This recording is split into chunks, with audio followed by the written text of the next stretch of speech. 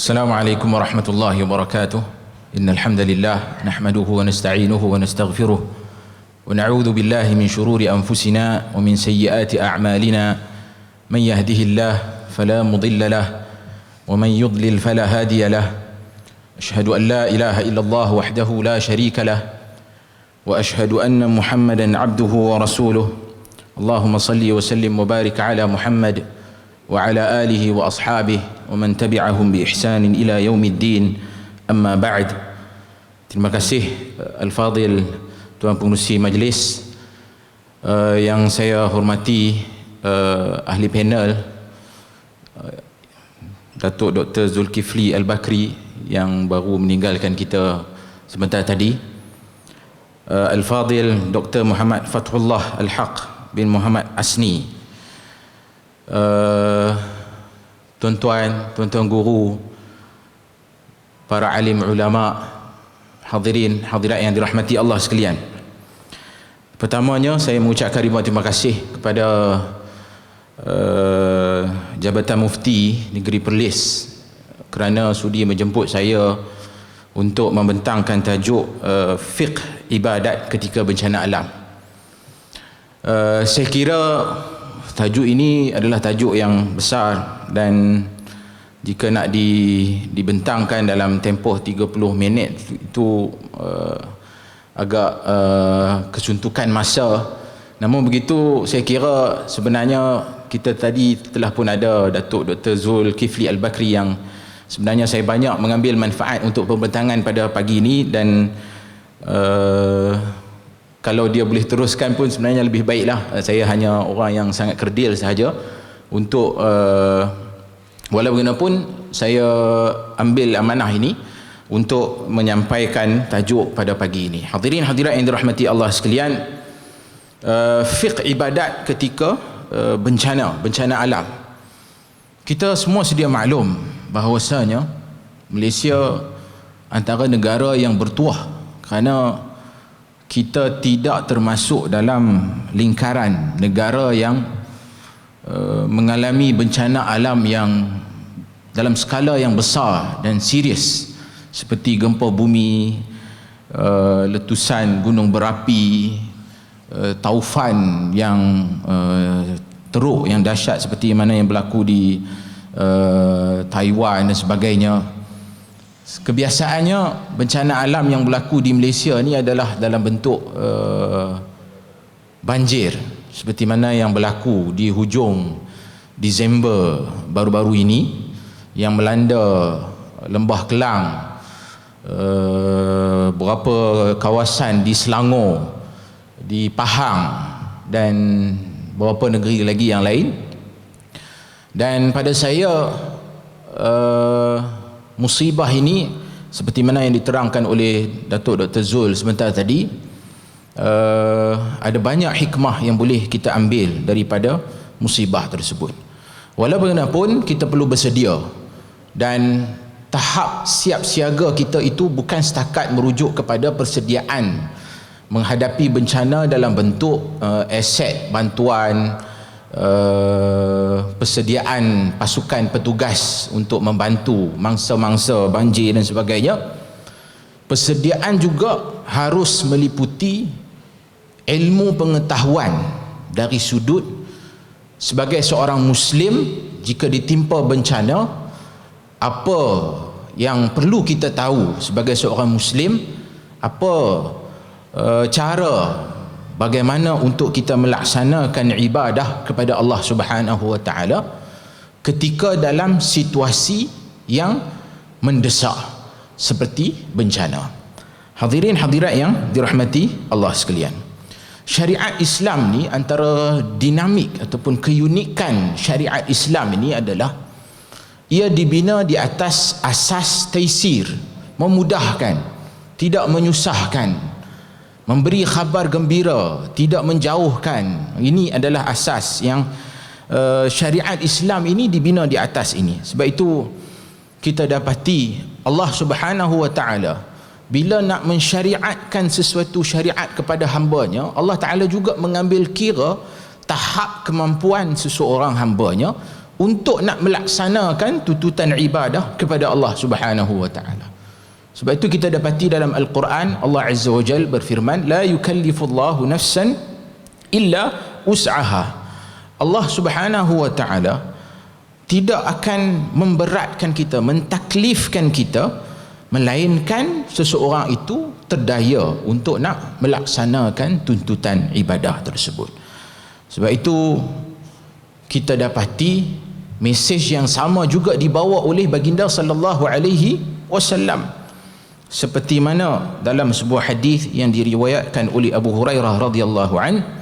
Kata Abu Hurairah, khatabana Rasulullah sallallahu alaihi wasallam faqala ayyuhan nas qad faradallahu alaikumul hajj fahujju. Faqala rajulun akullu amin ya Rasulullah. فسكت حتى قالها ثلاثا فقال رسول الله صلى الله عليه وسلم لو قلت نعم لوجبت ولما استطعتم. Dalam hadis ini Abu Hurairah radhiyallahu an menyatakan satu hari Nabi sallallahu alaihi wasallam bagi ucapan dan Nabi kata ayyuhan nas qad faradallahu alaikumul hajj fahujju. Allah Taala telah memfardukan kepada kamu semua untuk melaksanakan ibadah haji, maka pergilah untuk melaksanakan ibadah haji tersebut. Lalu kata satu orang lelaki, akullu amin ya Rasulullah, adakah haji ni setiap tahun wahai Rasulullah? Nabi diam, tak jawab. Dan lelaki itu duk ulang tanya lagi kan, akullu amin ya Rasulullah, akullu amin ya Rasulullah. Nabi diam, sehinggalah Nabi kata lau qultu na'am lawajabat walamma istata'tum. Kata Nabi sallallahu alaihi wasallam, kalaulah aku kata na'am, ya, nescaya akan diwajibkan. Kerana pada waktu itu adalah zaman tasyri', jadi belum lagi stabil jadi syariat ini, maka boleh berlaku perubahan dalam pelaksanaan hukum hakam syarak. Justru soalan lelaki tersebut sampai bila dia tanya kullu amin ya Rasulullah, adakah setiap tahun? Lalu Nabi sallallahu alaihi wasallam diam. Dan Nabi kata, kalau Nabi kata ya, akan diwajibkan. Dan kalau diwajibkan, walamma istata'tum, kata Nabi sallallahu alaihi wasallam, nescaya kamu takkan mampu untuk melakukan. Sebab itu Nabi sallallahu alaihi wasallam kata lagi, daruni ma taraktukum fa innama halaka man kana qablakum bi kasrati su'alihim wa ikhtilafihim ala anbiya'ihim فإذا أمرتكم بشيء فأتوا منه ما استطعتم وإذا نهيتكم عن شيء فدعوه. So syahid di sini adalah bila Nabi sallallahu alaihi wasallam menyatakan فإذا أمرتكم بشيء فأتوا منه ما استطعتم. Bila aku perintahkan kamu dengan sesuatu perintah, maka laksanakan perintah tersebut mengikut kadar kemampuan yang ada pada kamu. وإذا نهيتكم عن شيء فدعوه. Dan apabila aku larang kamu daripada melakukan sesuatu perkara, maka hendaklah kamu tinggalkan. So di sini kita melihat bahawasanya mesej yang cuba Nabi sallallahu alaihi wasallam sampaikan adalah Islam menginginkan keringanan dan juga kemudahan kepada umatnya. Dan mesej yang sama juga Nabi sallallahu alaihi wasallam pesan kepada para pendakwah, mereka yang memegang panji-panji Islam, menyebarkan dakwah Islam, juga mesti menyampaikan mesej yang sama dan mendukung mesej yang sama. Sebab itu kata Nabi sallallahu alaihi wasallam, yassiru wala tu'assiru, basyiru wala tunaffiru. Bermudahkan, jangan menyusahkan, dan berilah khabar gembira, jangan menjauhkan orang daripada agama. Hadirin hadirat yang dirahmati Allah sekalian. Sebab itu kalau kita lihat perbincangan para usuliyin, bila mereka melihat kepada hukum hakam syarak, pada dasarnya mereka membahagikan hukum hakam syarak ni kepada dua, iaitu satu bahagian disebut sebagai azimah dan satu bahagian disebut sebagai rukhsah. Azimah ini seperti mana yang dinyatakan oleh Imam Al-Ghazali dalam Al-Mustasfa, ia merujuk kepada apa-apa yang diwajibkan oleh Allah Azza wa Jal kepada hamba-hambanya. Maknanya syariat asal yang ditetapkan oleh Allah Subhanahu wa ta'ala, maka itu disebut sebagai azimah. seperti mana salat fardu setiap hari 5 waktu, subuh, zuhur, asar dengan bilangan rakaat yang telah ditetapkan. Puasa bulan Ramadan, puasa sepanjang bulan Ramadan, menunaikan zakat dan sebagainya. Dan satu lagi kategori disebut sebagai rukhsah, yang mana rukhsah ini adalah satu bentuk keringanan, kelonggaran yang diberikan oleh syarak, yang mana ia berbeza ataupun menyalahi hukum asal disebabkan oleh sesuatu keudhuran. Umpamanya salat yang asalnya 4 rakaat, tetapi disebabkan kita bermusafir, dan musafir, safar adalah satu bentuk keadaan ataupun situasi yang menyebabkan boleh membawa kepada kesusahan. Sebab itu syariat memberikan kelonggaran. Salat yang asalnya 4 rakaat boleh dibenarkan untuk dipendekkan ataupun dikasarkan menjadi 2 rakaat. So apa yang kita nak bincangkan pada hari ini adalah merujuk kepada rukhsah yang diberikan oleh syarak bagi mereka yang berada dalam situasi bencana alam. Dan sudah semestinya situasi bencana alam ini dipenuhi dengan kesusahan, dipenuhi dengan darurat, maka sudah semestinya akan ada jalan keluar untuk memudahkan pelaksanaan ibadah oleh hamba Allah Subhanahu wa taala. Hadirin hadirat yang dirahmati Allah sekalian, ada satu kajian yang dibuat oleh seorang profesor di USIM, Profesor Irwan Muhammad Subri, dan satu tim penyelidikan grant FRGS, yang mana mereka telah buat kajian terhadap mangsa banjir di Maran Pahang, Temerloh dan juga Maran Pahang pada tahun 2014. Waktu itu banjir teruk melanda Pahang, dan kajian ini ingin melihat sejauh mana tahap pengetahuan mangsa-mangsa banjir ini terhadap hukum hakam syarak fiqh ketika mana mereka berdepan dalam situasi banjir ni. Dan dapatan kajian tersebut mendapati tahap pengetahuan orang ramai yang terdiri daripada mangsa-mangsa banjir ni baik pengetahuan mereka, melibatkan bagaimana mereka nak bersuci, bagaimana mereka nak solat dan sebagainya. Dan saya kira ini menunjukkan bahawasanya umat Islam di Malaysia ini berada pada tahap pengetahuan yang baik berkaitan bagaimana cara untuk beribadah kepada Allah Subhanahu wa taala dalam situasi bencana. Walau bagaimanapun usaha untuk memperkasakan lagi pengetahuan umat Islam, khususnya melibatkan rukhsah, pilihan-pilihan yang ada ketika mana mereka berdepan dengan situasi bencana, ini perlu diperkasakan lagi. Dan terima kasihlah di atas penganjuran seminar seperti ini yang saya kira dapat membantu untuk menerapkan pengetahuan dalam masyarakat berkaitan dengan bagaimana, apa pilihan ataupun rukhsah yang ada untuk mereka laksanakan ketika berdepan dengan situasi bencana. Hadirin hadirat yang dirahmati Allah sekalian. Baik, saya teruskan kepada bila kita berdepan dengan situasi bencana ni, antara ibadah yang saya kira terjejas ataupun terkesan bila berlakunya bencana, khususnya dalam konteks Malaysia ini, ketika banjir, adalah salah. So ibadah salat. Dan ibadah salat ni kita tahu bahawasanya salat mestilah seseorang yang ingin melakukan salat mestilah berada dalam keadaan tahur, bersuci. Baik, macam mana nak bersuci bila berdepan dengan situasi banjir ni? Dalam keadaan ni kita boleh tengok beberapa senario yang ada. Umpamanya kalau mangsa banjir itu dia duduk di rumah dia, kan? Dan banjir pun air naik taklah banyak sangat, kan?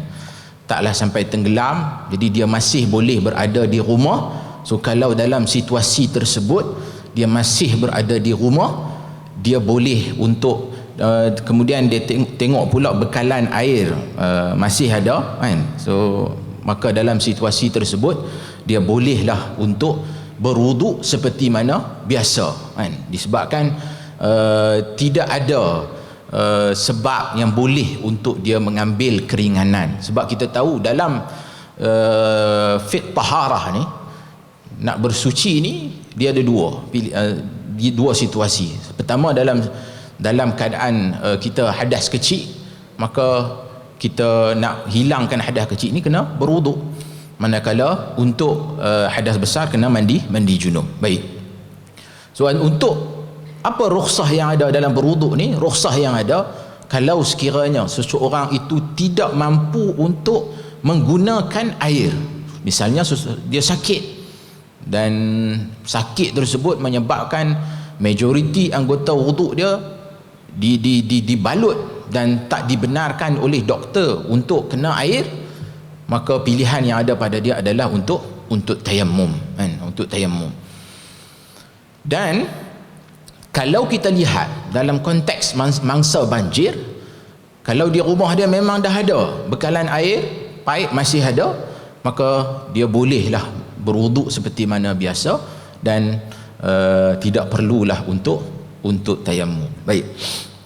Kalau sekiranya dia dipindahkan ke pusat pemindahan banjir, pusat pemindahan sementara PPS, di sana pun ada banyak kemudahan, maka dia masih sebenarnya boleh untuk berwuduk seperti mana biasa.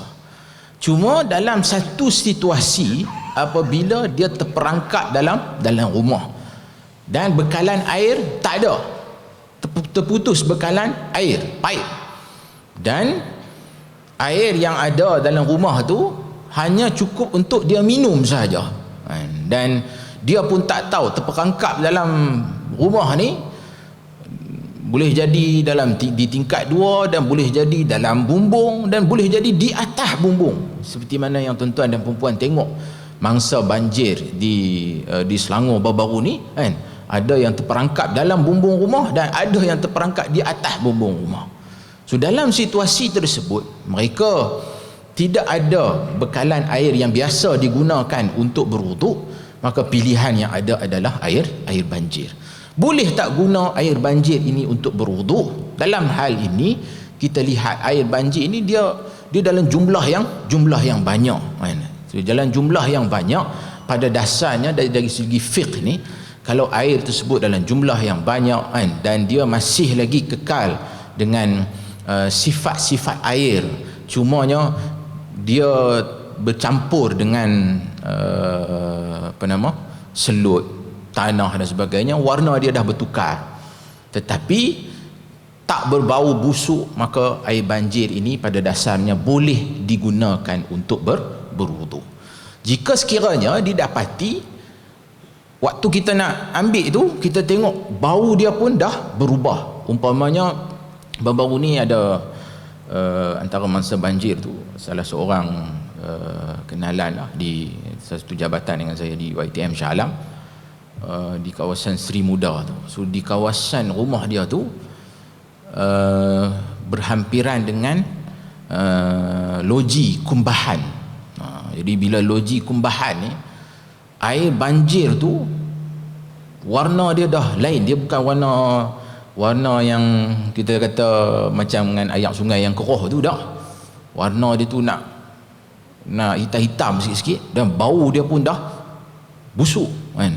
Bau dia busuk sehingga sampai sekarang pun nak cuci tu susah kan. Jadi kalau sekiranya dalam situasi tersebut, yang tu dia dah tak boleh guna kan untuk berwuduk, dan dia kena cari alternatif lain dalam tangki rumah dan sebagainya. Dan kalau dah tidak ada alternatif yang lain untuk dia berwuduk, maka pilihan yang ada adalah bertayammum. Dan kalau dalam rumah tu dia tak ada dah pilihan lain, tanah semua dah tenggelam habis semua, jadi dia bolehlah melihat ada tak debu-debu yang melekat di dinding dan sebagainya, maka itu sahaja pilihan yang ada. Allah Azza wa Jalla berfirman, fattaqullaha mastata'tum, maka itu sahaja pilihan yang ada. Baik, hadirin hadirat yang dirahmati Allah sekalian, itu dari sudut taharah. Baik, dari sudut solat pula. Dari sudut solat, kita tahu bahawasanya pada dasarnya salat ini telah ditetapkan oleh Allah Subhanahu wa taala pada waktu-waktu yang telah ditetapkan. Seperti mana Allah Azza wa Jalla berfirman, "Innas salata kanat 'alal mu'minina kitaban mawquta." Salat ini telah difardukan oleh Allah Subhanahu wa taala pada waktu-waktu yang tertentu yang telah ditetapkan oleh Allah Subhanahu wa taala. Jadi itu asasnya. Tetapi dalam situasi tertentu ibadah salat ini dia ada rukhsahnya. Rukhsah dari beberapa sudut. Pertama, salat itu boleh dikasarkan, dipendekkan. Yakni salat yang 4 rakaat dipendekkan menjadi 2 rakaat. Kemudian pilihan yang kedua adalah salat tersebut boleh dijamakkan, sama ada secara taqdim ataupun secara takhir. Taqdim merujuk kepada salat yang dihimpunkan pada waktu salat yang pertama, seperti salat zuhur dan asar dalam waktu zuhur. Manakala takhir pula adalah dilewatkan pada waktu salat yang kedua, yakni zuhur dan asar ditunaikan pada waktu asar. Jadi ini pilihan yang ada dari sudut pelaksanaan, mengambil kira waktu solat. Dan pilihan yang ketiga pula adalah dari sudut cara kita melaksanakan solat tersebut. Sama ada bila kita sakit ni, kita boleh untuk solat dalam keadaan berdiri, ataupun kita duduk, ataupun kita berbaring, dan mengikut kemampuan kita kan, ketika mana kita melakukan ibadah solat ni. Baik, hadirin hadirat yang dirahmati Allah sekalian, kita pergi satu persatu. Pertama, rukhsah qasar. Rukhsah qasar ni dibenarkan oleh syarak hanya apabila kita bermusafir. Dan ini ialah illah ataupun sebab kenapa qasar ini dibenarkan adalah apabila kita bermusafir. So dalam kes bencana alam ni, kalau sekiranya biasanya mangsa banjir ni dia berada di lokaliti dia, jadi dia tak boleh untuk mengambil kelonggaran untuk mengqasarkan salat. Akan tetapi bagi petugas mangsa banjir, petugas penyelamat yang terlibat dalam proses menyelamat mangsa-mangsa banjir ni, ada satu kajian yang dibuat oleh Abu Hasan Al-Ash'ari dan juga Profesor Dr. Basri, dan kajian ini dibiayai oleh Maib sendirilah, dan di bawah kerusi Jamalul Lail. Jadi kajian ini meliputi bagaimana petugas penyelamat selalunya fokus utama adalah kepada mangsa banjir, tapi kadang-kadang kita terlupa yang bertugas untuk menyelamat bangsa banjir yang terdiri daripada barisan hadapan, anggota bomba, polis, tentera dan sebagainya. Jadi mereka pun berada di kawasan bencana, dan adakah mereka ni tak layak untuk mendapat rukhsah hanya kerana mereka tidak termasuk di bawah kategori mangsa, sebaliknya mereka adalah penyelamat, pasukan penyelamat. Sebenarnya dalam hal ini sama sahaja. Jadi kalau mereka ini datang, pasukan penyelamat ni datang daripada luar kawasan, maknanya mereka anggota-anggota yang dikerahkan, mereka kem asal tenteranya di Pulau Pinang dikerahkan ke Selangor kan, ataupun di Kedah dikerahkan ke Selangor, pasukan-pasukan petugas ni. Jadi mereka dikira sebagai orang yang bermusafir, dan sudah semestinya mereka dibenarkan untuk mengqasarkan salat dalam situasi mereka tersebut, kerana mereka dianggap sebagai orang yang bermusafir. Baik. Yang kedua adalah jamak salat. Sebenarnya kita kena perbetulkan sedikit cara faham kita berkaitan dengan soal qasar dan juga jamak salat, kerana dia tak semestinya kena selari. Maknanya kalau mesti jamak dan qasar dah. So ada situasi di mana qasar itu afdal, kerana baginda sallallahu alaihi wasallam ketika mana bermusafir, baginda memang senantiasa mengqasarkan salat, tetapi tidak semestinya sentiasa jamak dan qasar. kerana jamak ini dilakukan atas sebab-sebab tertentu, termasuklah safar dan juga termasuk oleh sebab-sebab yang lain. Antaranya adalah disebabkan oleh hujan. Pernah berlaku dalam hadis riwayat Bukhari, diceritakan yang Nabi SAW qasar salat apabila berlakunya hujan. Baik, situasi banjir ni, banjir hujan lebat sampai banjir, so kita semua boleh tak qasar salat, boleh tak kita jamak salat? Jadi dalam situasi ini kita nak kena faham, jamak salat ketika hujan bukan merujuk kepada jamak salat itu dilaksanakan di rumah kita. Sebaliknya, jamak salat ketika hujan ini dibenarkan dalam syariat Islam dalam konteks mereka yang salat berjamaah di masjid. Seperti mana disebut oleh An-Nawawi dalam Al-Majmu' dan ramai lagi di kalangan ilmuwan yang mengupas tentang hal ini. Yakni kelonggaran ini diberikan supaya bila kita dah mai untuk solat berjamaah zuhur di masjid, mai sampai di masjid hujan lebat, ataupun tengah jalan perjalanan tu dah hujan lebat. Hujan lebat tu imam tengok, gaya ni macam tak mau nak berhenti kan, gaya hujan tu dia akan berterusan. Maka dalam situasi tersebut imam boleh mengambil rukhsah dalam bab ini untuk salat jama' supaya jamaah yang dah mai untuk salat berjamaah di masjid tu mendapat pahala berjamaah, salat secara berjamaah, dan dilakukan secara jamak sahaja. Yakni kalau zuhur 4 rakaat, asar pun 4 rakaat. So, dan dalam mazhab Syafi'i ditetapkan syarat bahawasanya hujan tu mestilah lebat yang membasahi baju kita, maksudnya situasi tersebut. Jadi bukannya semudah-mudah hujan saja terus kita jamak salat. Baik, so dalam konteks mangsa banjir ni yang berdepan dengan bencana banjir, adakah ada pilihan untuk mereka menjamakkan salat?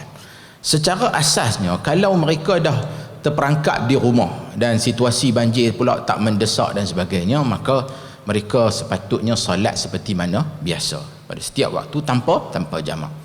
Begitulah juga mereka yang berada di pusat pemindahan sementara, kan? Di situ pula memang dah ada kemudahan untuk menunaikan solat, bahkan boleh buat solat secara berjamaah. Maka dalam situasi tersebut mereka tidak boleh menjamakkan solat dalam situasi tersebut.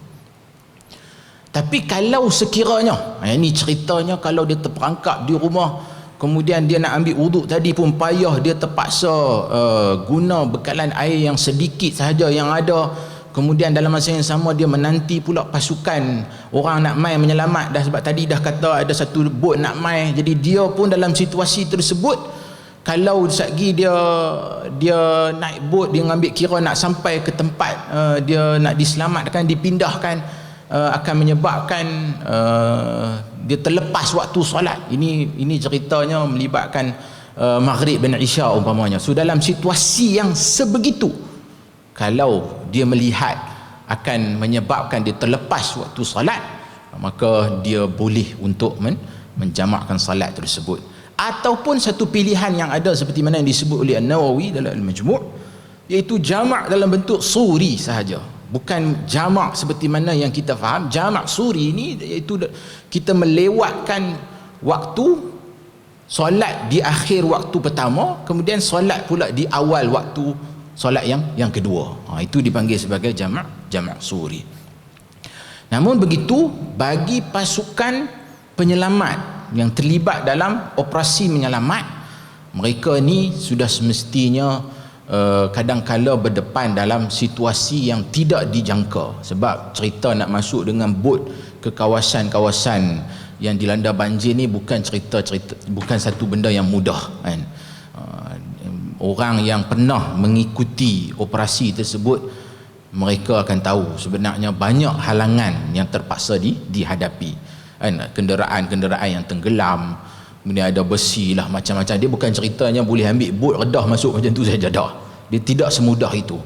Jadi mengambil kira keadaan tersebut, jika pasukan penyelamat ini mendapati mereka tidak ada pilihan yang lain melainkan mereka nak jamak, perlu jamakkan salat supaya mereka tidak terlepas waktu salat, maka mereka boleh mengambil rukhsah ini, kerana jamak salat ini pernah dilakukan oleh Nabi sallallahu alaihi wasallam tanpa melibatkan apa-apa sebab yang lain.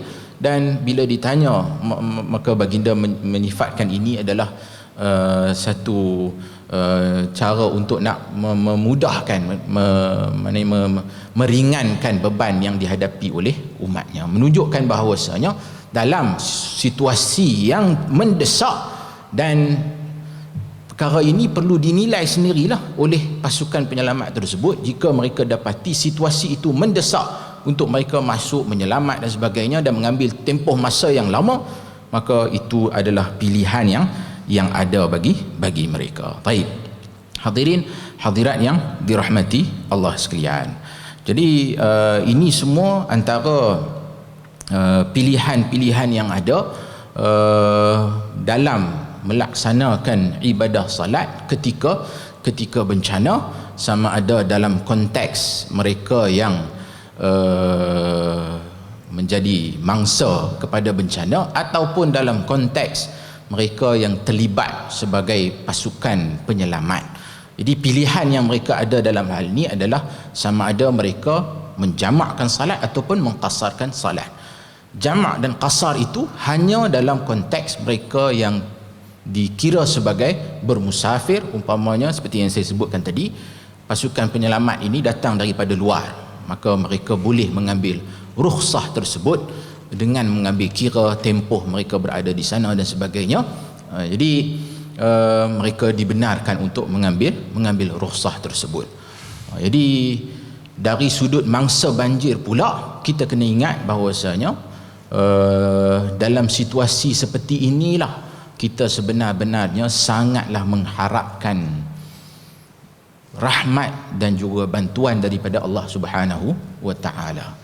Dan amat tidak wajar bila mana dalam situasi tersebut kita meninggalkan kefarduan salat, sedangkan kita masih lagi dikategorikan sebagai orang yang mampu untuk melaksanakan ibadah tersebut.